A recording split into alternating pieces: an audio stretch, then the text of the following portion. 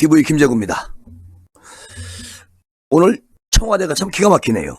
아니 임기 한 달 앞두고서 무슨 뭐 청와대를 전면 개방한다고 오늘 그런 말을 하네. 그 윤석열 당선인이 공약한 것을 지금 문재인 대통령이 세상에 오늘 그런 얘기를 하네요. 그럼 청와대가 6일부터 인근 북한산을 국민들에게 전면 개방한다고 5일날 밝혔는데 오늘 아니 이것을 두고 문재인 대통령하고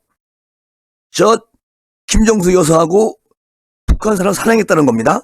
중요한 거는 이게 임기 한 달 두고 뭘 전면 개방을 합니까?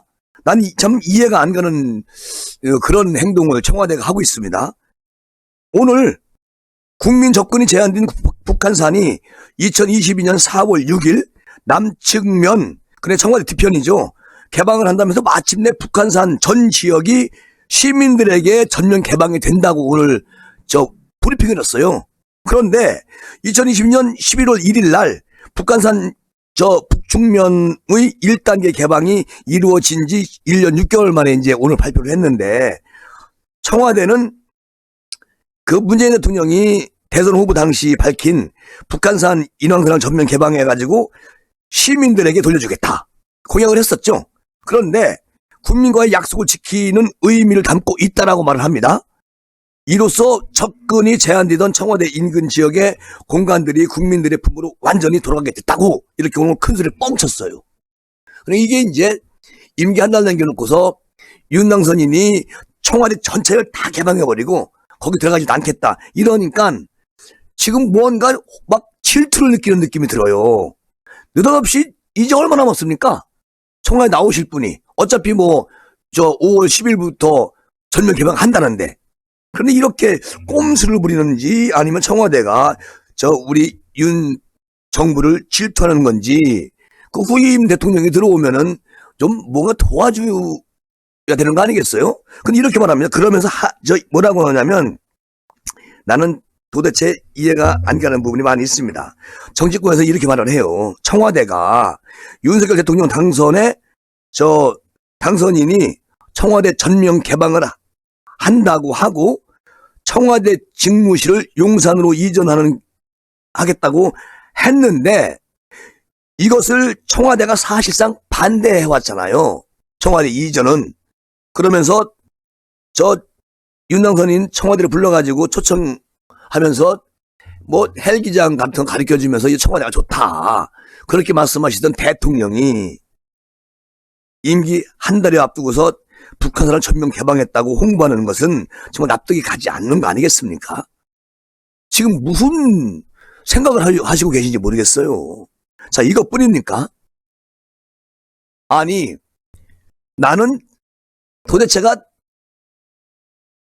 이제 곧 양산으로 가실 분이 이렇게 윤석열 당선인 윤석열 정부 차기 정부를 그 공약 같은 걸 한 거에 대해서 나중에 뭐라고 역사에 남겠습니까? 임기 한 달 두고서 청와대를 전면 개방했다. 전면이 아니에요. 그 뒤 남측면 거기 일부만 개방했다가 이번 그걸 다 개방한 겁니다. 이건 전면이 아니죠. 그런데 대변인이 청와대 전면 개방한다고 이렇게 호들갑을 떱니다.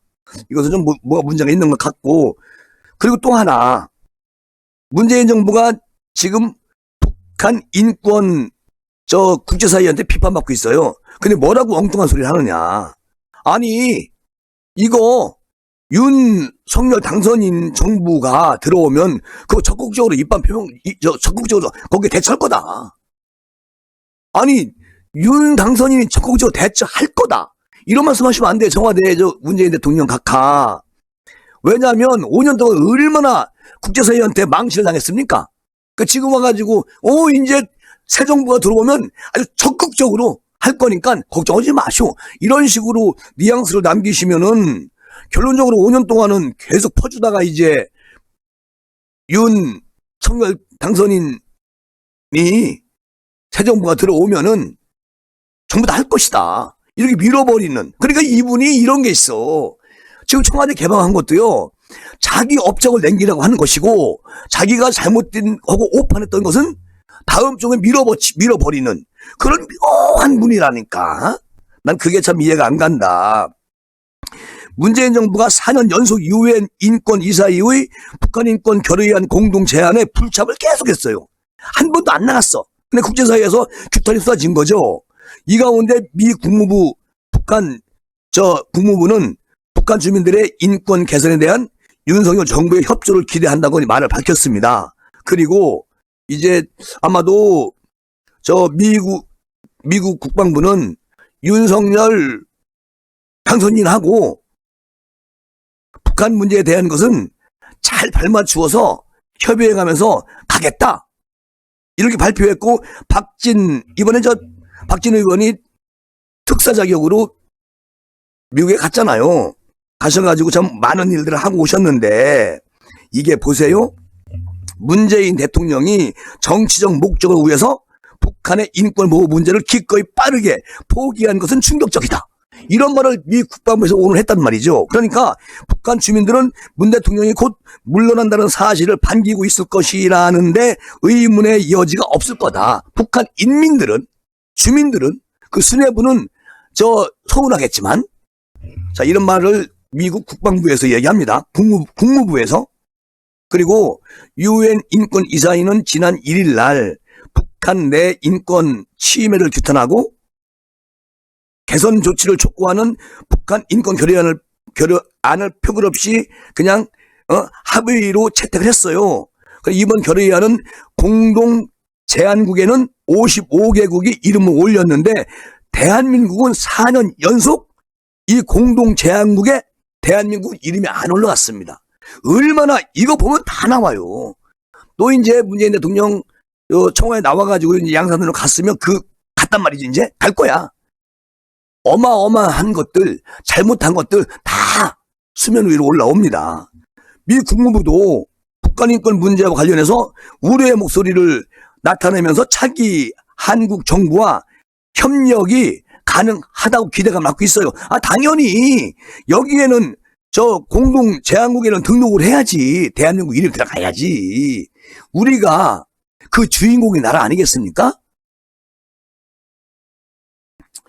이것이 문제고, 어쨌든 지금 국제사회의 기대는 우리 윤석열 대통령 당선인에게 엄청 많은 걸 걸고 있다. 그런 말씀을 전해드리고,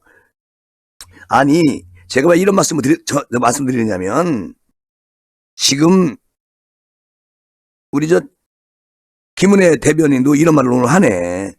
구체적으로 유엔 결의안과 관련해서 현 정부의 조치에 대해서 저희가 언급하기보다는 북한의 앞으로 추가 도발, 그리고 북한의 안보 협력이 더 이상 국민들께 불안을 끼쳐드리는 일이 없도록 저희가 한미 동맹을 포함해서 긴밀한 구축 체제를 갖춰갈 것이다. 자, 이렇게 말을 했어요. 다만 비공식적으로 북한 인권 문제에 있어서 문재인 정부에 대한 보다 수위 높은 비판과 윤석열 정부의 개선 의지를 적극적으로 해나가겠다. 자, 이런 말을 했는데, 저는 이건 제가 이제 들은 얘기예요. 들은 얘기인데, 지금 윤 당선인 측하고 통화를 누군가가 해가지고 제가 이제 아는 건데, 지난 5년 동안 국제사회에서 대한민국이 인권 무시국 오명을 뒤집어 썼다라는 겁니다. 그러니까 새 정부에서는 북한 인권 개선을 위해서 국제사회와 보조를 맞춰갈 것이라고 그렇게 윤석열 당선인 측에서 그런 얘기가 나왔다는 겁니다. 그리고 대한민국이 인권 보호국으로 상향 조정되고 국가적 이미지를 보다 업그레이드 할 것이다. 그러니까 분명히 한미 동맹을 굳건히 유지하면서 중국과 러시아와 북한을 새롭게 보겠다는 거예요. 그러니까 이제 지금 문재인 정부에서 그렇게 이제 거의 5년 동안 전혀 국제사회한테 협조를 안 했다는 거죠. 북한의 인권에 대해서. 근데 그것을 이제 윤 정부가 적극적으로 해나갈 것이다. 이렇게 이제 뒤를 밀어버리는 그런 느낌이 받아서 내가 이 말씀을 드리는 겁니다. 자, 오늘은 이렇게 정리하고요. 다음 시간 준비하겠습니다. 감사합니다.